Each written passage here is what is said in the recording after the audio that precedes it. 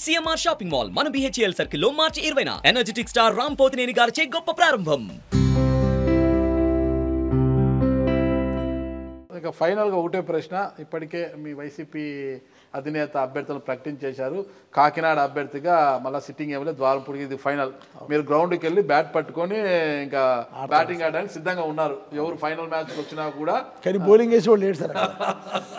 Bowling ఎవడో తెలియదు కదా, ఈ రోజుకి వచ్చి ఎవడో తెలియదు. మేము రెడీగా ఉన్నాం. వాళ్ళు ఫాస్ట్ బౌలర్ని బరిలోకి దింపాలని చూస్తున్నారు. మీరు స్పిన్ గుగ్లీ అయితే కొడతారనేది ఫాస్ట్ బౌలర్ని బరిలోకి దింపాలన్నారు. ఎవడైనా పర్లేదు సార్, ఏ బౌలర్ అయినా కొట్టేస్తారా, ఏం ప్రాబ్లం లేదు. అంటే టీడీపీ జనసేన ఉమ్మడి అభ్యర్థిగా టీడీపీ అభ్యర్థి అయితే మీకు ప్రధాన ప్రత్యర్థి అవుతాడా, లేదా టీడీపీ జనసేన ఉమ్మడి అభ్యర్థిగా జనసేన పార్టీ నుంచి వచ్చే అభ్యర్థి అయితే మీకు ప్రధాన పోటీదారు? ఎవరు వద్దు, నేను పవన్ కళ్యాణ్ కావాలని కోరుకుంటున్నాను. ఈ రోజు కూడా పవన్ కళ్యాణ్ ఎవరు వద్దు, పవన్ కళ్యాణ్ ముద్దు. ఓకే, పవన్ కళ్యాణ్ రావాలని కోరుకుంటున్నాను. ఎందుకంత కోరిక? నన్ను నా మీద లేనిపోయిన మాట అన్నాడు కదా సార్, ఊరుకోను. నేను చేయని పనులు అతను నా మీద నిందలేసాడు. నన్ను అనకూడని మాటలని అన్నాడు. నేను అయి పడను, నా వ్యక్తిత్వం అది కాదు. కనుక అతను నా మీద పోటీ చేయాలి. అతను నా మీద పోటీ చేసిన తర్వాత ప్రజాక్షేత్రంలో తేల్చుకుంటాం. నేను గంజా స్మగ్లర్నా, లేకపోతే దొంగ వ్యాపారం చేస్తానా, దొంగ రోడ్లు ముద్రిస్తానా అన్నది ప్రజలు తీరుస్తారు. ఒకవేళ నేను గెలిస్తే నేను దొంగ వ్యాపారాలు చేయనట్లు లెక్క, ఒకవేళ ఓడితే ప్రజలు అది నమ్మినట్లు లెక్క. నేను అదే ఛాలెంజ్ చేశాను పవన్ కళ్యాణ్ నా మీద పోటీ చేయకుండా కనుక పక్కన ఎక్కడో పోటీ చేసి ఎక్కడో పోటీ చేస్తే పవన్ కళ్యాణ్ అన్న మాటలన్నీ అతను విత్డ్రా చేసుకున్నట్లు లెక్క. అదే చెప్పాను ఆ రోజు కూడా, ఈరోజు అదే చెప్తున్నాను. నేను ఆ రోజు ఛాలెంజ్ ఏ టెంపోతో అయితే ఛాలెంజ్ చేశానో పవన్ కళ్యాణ్కి, ఈరోజు కూడా అదే టెంపోతో ఉన్నాను. అతనే రాలేకపోతున్నాడు, ఇంకా తేల్చుకోలేకపోతున్నాడు. మొన్న 5 టికెట్లు అనౌన్స్ చేసినప్పుడు చంద్రబాబునే టికెట్ అనౌన్స్ చేసుకున్నాడు, బాలకృష్ణ అనౌన్స్ చేసుకున్నాడు, లోకేష్ అనౌన్స్ చేసుకున్నాడు. పవన్ కళ్యాణ్ ఎందుకు అనౌన్స్ చేసుకోలేకపోతున్నాడు? అతను టికెట్ చంద్రబాబు నాయుడు ఇవ్వాలి, మీకు టికెట్ జగన్ గారు కావాలి, నాకు జగన్ గారు ఇవ్వాలి. నాకు మా నాయకుడు ఆయనే కదా సార్. సో అతను నిర్ణయం తీసుకోలేని వ్యక్తి. ఈ రోజు కూడా నేను చాలా హ్యాపీగా పవన్ కళ్యాణ్ నా మీద పోటీ అనుకునే వర్క్ చేస్తున్నాను. ఓకే, చూద్దాం ఎవడొస్తాడని. పవన్ కళ్యాణ్ రావాలని కోరుకుంటున్నాను కూడా. సో ఆఫ్టర్ ఆల్ దిస్ అన్న ఫైనల్గా ఇక్కడున్న ప్రజలందరికీ ఒక్క అవకాశం ఇద్దాము. అంటే ఇప్పటి వరకు సార్ మాట్లాడిన పర్టికులర్ టాపిక్ గురించి ఇది జరిగిందా అని మనం అడిగితే ప్రతి ఒక్కరు దానికి స్పందించిండ్రు. కానీ ఇప్పుడు అంటే ఇంత చూసిన తర్వాత సార్ గురించి తెలిసిన వాళ్ళు, తెలవని వాళ్ళు, తెలియని విషయాలు తెలుసుకున్న వాళ్ళు ఇంతమంది ఉన్నారు కాబట్టి ఈసారి సార్ గెలిస్తే, అంటే ఉత్తి ఇక్కడ ఉన్న వాళ్ళు ఓటేస్తే సరిపోదు కాబట్టి ఈసారి సార్ గెలిచిన తర్వాత సార్ చెయ్యాల్సింది ఇది ఉంది, మాకు ఇది కావాలి అని రిక్వెస్ట్ పెట్టుకునే వాళ్ళు ఎవరైనా ఉన్నారా? మాకు జగన్నాథపురానికి కావాల్సింది 3వ బ్రిడ్జి అని. మాకైతే మొత్తం అన్నీ చేశారు. జనాల్లో కోరికైతే ట్రాఫిక్, పిల్లల్ని స్కూల్కి తీసుకెళ్ళడానికి కానీ ట్రాఫిక్ ఎక్కువైతుంది. దానివల్ల జగన్నాథపురానికి 3వ బ్రిడ్జి కావాలని. మంచిది. ఓకే, మీరు ఇప్పుడు ఆయన అంటున్నారు జగన్నాథపురానికి 3వ వంతెన కావాలి అంటున్నారు. మరి మళ్ళా 3వ బ్రిడ్జ్ కట్టకపోవడం విషయంలో నాది తప్పుంది సార్. జగన్నాథపురం వాస్తవంలో నాకు క్షమించాలి ఆ విషయంలో. ఓకే, కానీ కావాలని చేసిన తప్పు కాదు. అక్కడ కరెక్ట్గా 2019 ఎలక్షన్ల ముందు కొండబాబు అన్నవాడు హొటన శంకుస్థాపన చేసాడు. 3వ బ్రిడ్జ్ వేసేస్తున్నాను అని. శాంక్షన్ కూడా లేదు సార్. శాంక్షన్ లేకుండానే శంకుస్థాపన చేసేయడం, అది బ్రిడ్జికి కట్టేస్తాను ప్రజలు మభ్యపెట్టాడు. ఒక అలైన్మెంట్ చేశాడు బ్రిడ్జికి. ఆ అలైన్మెంట్ ఈరోజు కూడా R&Bలో ఉన్నాయి. అలైన్మెంట్ నెంబర్ 1, 2, 3 అని 3 ఉన్నాయి. 1 చాలా ఒక 15 సంవత్సరాల క్రితం మొత్తం గోపచారం చేయించిన అది. ఇప్పుడు అక్కడ అలైన్మెంట్ 1లో చాలా ఇల్లు వస్తుంది సార్. అలైన్మెంట్ నెంబర్ 2 బాగుంటుంది యాక్చువల్గా. అంటే మొత్తం గోపచారం చేసిన దానికి కొంచెం పక్కెళ్ళాలి. అలైన్మెంట్ నెంబర్ 3 మహారాజశ్రీ మన కొండబాబు గారు చేయించుకుంది.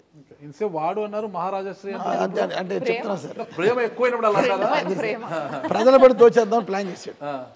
ఆ బ్రిడ్జ్ అలైన్మెంట్ ఏంటంటే ఎక్కడైనా బ్రిడ్జ్ ఒకటే సార్. ఇటు వచ్చి కొంచెం ముందుకెళ్ళి రైట్ తిరగాలి, కొంచెం ముందుకెళ్ళి రైట్ తిరగాలి, కొంచెం ముందుకెళ్ళి రైట్ తిరగాలి.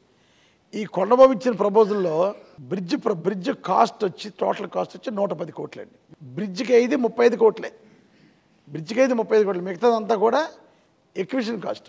ఎక్విషన్ కాస్ట్లో ఒక్క కొండబాబుకి ఒక్కడికే వాళ్ళ భూమిలోంచి రోడ్డు వెళ్ళిపోతే ఒక కొండబాబుకి 35 కోట్లు వస్తుంది. కేవలం తన భూముల్లోంచి వెళ్ళిపోవడానికి రోడ్డు పెట్టాడు తప్ప ప్రజల మీద ప్రేమ కాదు. మీకు లేవు భూములు అక్కడ? నాకు లేవు సార్. అతను ప్రజల మీద ప్రేమ కన్నా అతను భూముల మధ్యలోంచి రోడ్డు వెళ్ళిపోతే 35 కోట్లు రావడంతో పాటు అటు ఇటు ఇతను భూములు పెరుగుతాయని ఒక స్వార్థంతో వేసాడు తప్ప ఆ అలైన్మెంట్ తప్పని నేను ఆ రోజే నేను అప్పుడు కలెక్టర్కి కంప్లైంట్ ఇచ్చాను. కార్తికేయ మిశ్రా గారు కలెక్టర్ సార్. కార్తికేయ మిశ్రా గారి దగ్గరికి వెళ్ళి నేను కంప్లైంట్ ఇస్తే వెంటనే కార్తికేయ మిశ్రా గారు దాన్ని ఆపడం జరిగింది.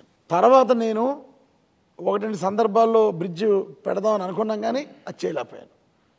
తప్పకుండా ఏదైతే మా హెచ్ఎంఎస్ ప్రెసిడెంట్ గారు అండి ఆయన సత్యబాబు గారు అడిగారో 100% మరలా ఎలక్షన్ అయిన మరుక్షణం జగన్మోహన్ రెడ్డి ప్రభుత్వంలో 100% బ్రిడ్జ్ కడతాను సార్. కానీ ఆ అలైన్మెంట్లో కట్టను, ఎక్కడ నష్టం లేకుండా, ఒక సెంటు భూమి కూడా అవసరం లేకుండా ప్రభుత్వ స్థలంలోంచే రోడ్డు వేయడానికి అవకాశం ఉంది. నేను ఆ అలైన్మెంట్ తీసుకుని కడతాను ఆల్రెడీ మాట ఇచ్చాను వాళ్ళందరికీ కూడా. నెరవేరుతుందా? 100% సార్. నాకున్న సమక్షంలో హామీ ఇస్తున్నారు. నాకున్న టార్గెట్లు పెద్ద లేవు సార్, బ్రిడ్జ్ అయిపోతుంది సార్. ఇక ఏమన్నా ఉన్నాయా కాకినాడకి కావాలి? సార్ కాకినాడ 2 పోలీస్ స్టేషన్ దగ్గర నుండి మెయిన్ రోడ్ అంతా వైండింగ్ చాలా ఎమ్మెల్యేలు ప్రయత్నం చేశారు, ఎవరు చేయలేకపోయారు. మా సార్ వచ్చినప్పుడు జరిగింది. అదేవిధంగా కాకినాడ ఒంటిన దగ్గర నుండి జగన్నాథపురం ఒంటిన దగ్గర నుండి యానం రోడ్డు వరకు రోడ్డు వైండింగ్ అవ్వలేదు సార్. సాయంత్రం టైంలో చాలా ఇబ్బంది పడుతున్నాం. ఆ రోడ్డు వైండింగ్ చేయాలని చెప్పి కోరుకుంటున్నాం సార్. మంచి పాయింట్. అది రోడ్డు వైండింగ్ పెట్టడం జరిగిందండి. అది ఏమైందంటే అటు 10 అడుగులు ఇటు 10 అడుగులు మేము తీర్మానం చేసాం. వ్యాపారస్తులు అందరూ మెయిన్ రోడ్ అండి, చాలా వాల్యుబుల్ ల్యాండ్ అది. సో వాళ్ళందరూ 10 అడుగులు వద్దు మాకు 4 అడుగులు చేయమని అడిగారు. 4 కాదు 10 కాదు 6 చేస్తానని చెప్పి ఇంకా కొన్ని ఉన్నాయి మొదలు పెట్టలేదండి. మొదలు పెట్టాలి ఓల్డ్ బిల్డింగ్స్ పెడితే కొట్ట మొదలెడితే బిల్డింగ్ మొత్తం పడిపోద్ది. అందుకని కొంచెం ఆగడం జరిగింది తప్ప మంచి పని చేయించేద్దామండి. అది ఈ విషయాలన్నీ పక్కన పెడితే ఒక్కరైనా కూడా వైద్య పరంగా కావచ్చు ఇతరత్ర వాళ్ళు ద్వారంపూడి చంద్రశేఖర్ రెడ్డి గారి వల్ల మా ప్రాణాలు నిలబడ్డాయనో కానీ వైద్యపరంగా మాకు ఆర్థిక సాయం చేశాడనో కానీ సీఎం రిలీఫ్ ఫండ్ ఇప్పించడంలో చాలా ముఖ్య పాత్ర పోషించారని, ఆయన వల్లే మాకు సీఎం రిలీఫ్ ఫండ్ ఇంత వచ్చిందని చెప్పడానికి ఎవరైనా ఉన్నారా? కోవిడ్లో అర్ధరాత్రి ఎమ్మెల్యే గారికి 11:30 ఫోన్ చేస్తే ఫస్ట్ 3 ఫోన్కి ఆయన రెస్పాండ్ అయ్యారు. రెస్పాండ్ అయ్యి రాత్రి 11:30కి అంటే ఇంచుమించు 12 అవుతుందండి సుబ్బారావు ఫోన్ చేస్తారని చెప్పారు. వెంటనే ఫ్రూటీ సుబ్బారావు నాకు కాంటాక్ట్ అవ్వడం, వినోదయ హాస్పిటల్లో మా ఫ్రెండ్ని రాత్రి 12 గంటలకి ఆయన బెడ్ ఇప్పించి ట్రీట్మెంట్ చేయించారండి. అలాగే మా పాత్రికేయులు అంటే జనరల్గా యాడ్స్ అయ్యేవారు పాత్రికేయులకి దూరం ఉంటారు, కానీ కష్టం వచ్చినటువంటి మాత్రం ఆదుకునే వ్యక్తి చంద్రశేఖర్ రెడ్డి అండి. నేను చెప్పగలను. యాడ్స్ ఇవ్వరు, పాత్రికేయులకు దూరంగా ఉంటారు, పాత్రికేయులకు కష్టం వస్తే మాత్రం దగ్గరకు వస్తారు. యాడ్స్ అంటే సార్ ఆయన అనేదంటే యాడ్స్ ఇస్తే యాజమాన్యం బాగుతుంది పెరుగుతుంది, మీరు కాదు కదా మీకైనా కష్టం అవుతాడని ఎప్పుడు అంటారు. అప్పుడు అలాగే కిల్ల కృష్ణారావు అని సిపిఐ లీడర్ అండి, ఆయన AITC all India states general secretary కూడా చేశారు. వాళ్ళ ఫ్యామిలీ కూడా సారే జాయిన్ చేసి సేవ్ చేశారు. అలా చేతనని మాకు సమాచార చట్టం వాటిలో కూడా చాలా స్పీడ్ ఉండేవాడు. అతన్ని లాస్ట్ మినిట్లో వెంటిలేటర్ పైకి తీసుకెళ్ళడం కూడా వీలుగల పరిస్థితిలో మ్యాక్సిమం చేశారు, కానీ మూవ్ చేయలేని పరిస్థితి వచ్చింది. అలాగే సాక్షి మూర్తి గారిని అలాగే మొత్తం మా పాత్రికేయులందరూ కూడా కోవిడ్ టైంలో యాజమాన్యాలు కానీ బంధువులు కానీ ఎవరు పట్టించుకునే టైంలో ఎమ్మెల్యే గారు పట్టించుకుని అందరినీ ఆదుకున్నారండి. Okay, thank you. ఈ సందర్భంగా ఆయనకి అందరి ముఖంగా కూడా నేను ధన్యవాదాలు చెప్తున్నాను. Okay okay okay. మా హస్బెండ్కి ఏఐజీ హాస్పిటల్లో లివర్ ట్రాన్స్ప్లాంట్ చేయాలన్నారండి. 2020లో ఆపరేషన్ అయిందండి. 2022లో సార్ సీఎం రిలీఫ్ ఫండ్ ఇప్పించారు సార్. 10 లక్షలు వచ్చిందండి. 10 లక్షలు 10 లక్షలు వచ్చిందా? 10 లక్షలు ఎమ్మెల్యే గారికి ఎంత ఇచ్చారు సార్? 10 లక్షలు ఎమ్మెల్యే గారికి ఎంత ఇచ్చారు? నేనేం ఇవ్వలేదు సార్. ఏమి ఇవ్వలేదా? మాకు మాట ఇచ్చారు సార్, ఆపరేషన్ ముందే ఆయన చేసి పెడతానని. ఓకే, ఆ మాట ప్రకారం చేసి పెట్టారు సార్. ఓకే. ఆపరేషన్ అయిన సంవత్సరానికి మా హస్బెండ్ చనిపోయారు సార్. అప్పటికి ఇంకా ఫండ్ రాలేదండి, అయినా ఆయన ఇచ్చిన మాట ప్రకారం నాకు చేసి పెట్టారు సార్. సార్ నా పేరు గడ్డం శ్రీనాథ్, అడ్వకేట్ అండి. ఓకే. నాకు హార్ట్ ప్రాబ్లం వచ్చినప్పుడు బైపాస్ సర్జరీ అయింది. బైపాస్ సర్జరీ అయితే నాకు మా బార్ అసోసియేషన్ తరపు నుంచి అందరూ కూడా హెల్ప్ చేద్దామని చూసినప్పుడు అప్పటికప్పుడు నన్ను వైజాగ్ స్టార్ పినాకిల్లో జాయిన్ చేశారు. తర్వాత నేను వచ్చిన తర్వాత నేను సీఎం రిలీఫ్ ఫండ్ పెడితే సార్ నాకు 2 lakhs శాంక్షన్ చేయించారు. I'm very happy. తర్వాత సార్ ఒక రిక్వెస్ట్ ఏంటంటే మన హాస్పిటల్లో థొరాసిక్ సర్జన్ ఏమన్నా ఏర్పాటు చేస్తే ఓపెన్ హార్ట్ సర్జరీకి అది అందరికీ ఉపయోగపడుతుంది అనుకుంటున్నాను సార్. ఎందుకంటే ప్రైవేట్ హాస్పిటల్కే వెళ్తున్నారు. అది మీ ద్వారా అయితే ఫస్ట్ ఏమంటే అందరూ హ్యాపీగా ఫీల్ అవుతారు. మొన్న క్యాత్ ల్యాబ్ ఓపెన్ చేశారు సార్. క్యాత్ ఓపెన్ చేసామండి. అవును సార్. అంటే దాని తర్వాత హార్ట్ సర్జరీస్ కోసము ప్రత్యేకంగా అంటే మొన్నటి వరకు మా కాకినాడలో అండి ఒక 6 months బ్యాక్ వరకు కూడా కార్డియాలజిస్టులు లేరు. ఇప్పుడు కార్డియాలజిస్టులు వేస్తామండి. కార్డియోథెరిక్ సర్జన్ వేయాలి. అది కూడా క్యాత్ వచ్చింది అన్నప్పుడు క్యాత్ ల్యాబ్ వచ్చింది కాబట్టి కార్డియోథెరిక్ సర్జన్ కూడా చేస్తాం. అది కూడా రిక్రూట్ చేయాలి. కార్డియాలజిస్టులు రిక్రూట్ చేస్తాం. అంతకుముందు హార్ట్ ప్రాబ్లం వచ్చి ఏమన్నా అంటే జనరల్ మెడిసిన్ డాక్టర్ దగ్గరికి వెళ్ళేవారండి. వాళ్ళే ట్రీట్మెంట్ చేసేవారు. ఇప్పుడు క్లియర్గా కార్డియాలజిస్టులు వచ్చారు, డిఎం కార్డియాలజిస్టులు.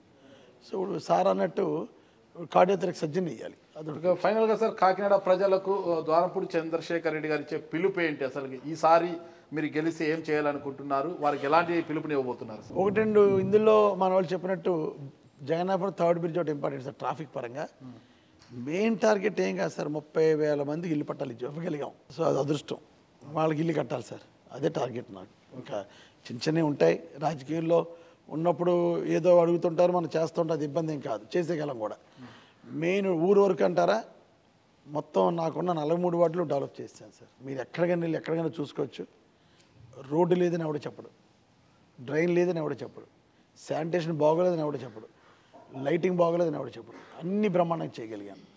అంటే నాదే స్టేట్లోనే one of the best constituency అని చెప్పొచ్చు నేను. ఒకటి ఏంటంటే ఇల్లు లేని వాళ్ళు చాలామంది ఉన్నారు. అర్బన్ అండి ఇది, మాది అర్బన్ అవటం వల్ల ఇల్లు లేని వాళ్ళు చాలామంది ఉన్నారు. జగన్మోహన్ రెడ్డి గారు కూడా చాలా బాగా సహకరించారు ఆ విషయంలో. రాష్ట్ర వ్యాప్తంగా 30 లక్షల ఇల్లు ఇచ్చినా కాకినాడలో ఇలా కావాలన్నా అంటే 30,000 ఇల్లు ఇచ్చి ఆల్మోస్ట్ అందరి స్థలాలు కొని అందరికీ పట్టాలు ఇచ్చాను. స్థలం కూడా చూపించాను అందరికీ. సో వాళ్ళందరికీ కూడా ఇల్లు కట్టించారు. 2024 ఎన్నికల్లో ఫైనల్ మ్యాచ్ ఆడడానికి సిద్ధంగా ఉన్న మీరు మ్యాచ్లో విజయం సాధించడం కోసము కాకినాడ ప్రజలకు ఎలాంటి పిలుపు ఇవ్వబోతున్నారు? పిలిపేమో సార్, అంతా నేను పనిచేశానని నమ్మితే, కాకినాడ అభివృద్ధి చేశానని మీరు నమ్మితే, మీకు జగన్మోహన్ రెడ్డి గారు వచ్చే సంక్షేమాలన్నీ కూడా ₹1 కరప్షన్ లేకుండా, నేనే కాదు నా కింద వాళ్ళు కూడా ₹1 కరప్షన్ లేకుండా చేశానని మీరు నమ్మితే గెలిపించండి అని వెళ్తాను. నేను 30,000 ఇల్లు కడతానని ప్రమాణం చేస్తానని కూడా చెప్పాను. ఈ 2 వేలమే వెళ్తాను సార్, అంతే. నా పేరు నగేష్ అండి. మామూలుగా అందరూ DCR అంటారు. మేము సరదాగా ఇవాళ ఓట్ ఆఫ్ థ్యాంక్స్ విషయంలో don't worry for D, come to me any time for C, R for rights, R for rescue. That is this nature. So ఎందువల్లనంటే నేను సెవరల్ టైమ్స్ ఇప్పుడు ఆయన పక్కన ఉన్న ఆఫీస్లో అనుకోండి, ఇంట్లో అనుకోండి, ఎవరైనా వచ్చినా, ఎంతమంది వచ్చినా జనరల్గా మేము చూస్తుంటాం, పక్కన PAకి ఆ ఫైల్ ఇచ్చేసి ఇది చూడండి అని చెప్పడం, లేకపోతే మళ్ళీ రండి అని చెప్పడం ఉంటుంది. కానీ నేను ఎప్పుడు చూసినా వెంటనే ఆ మనిషికి ఫోన్ చేసేయడం, అవతల వాళ్ళు ఎవరికో ఏ పని మీద వచ్చారో ఆ మనిషికి ఫోన్ చేసేయడం, నేను ఇది నా పని, నా మనిషి అని చెప్పడం అన్నది నా కళ్ళతో కొన్ని 100 సార్లు చూశాను. సో అందువలన DCRకి నేను అబ్రివేషన్ ఇచ్చాను. సుమన్ టీవీలో మీ పర్సనల్ అండ్ బిజినెస్ ప్రమోషన్స్ కోసం కింది నెంబర్కి కాంటాక్ట్ చేయండి.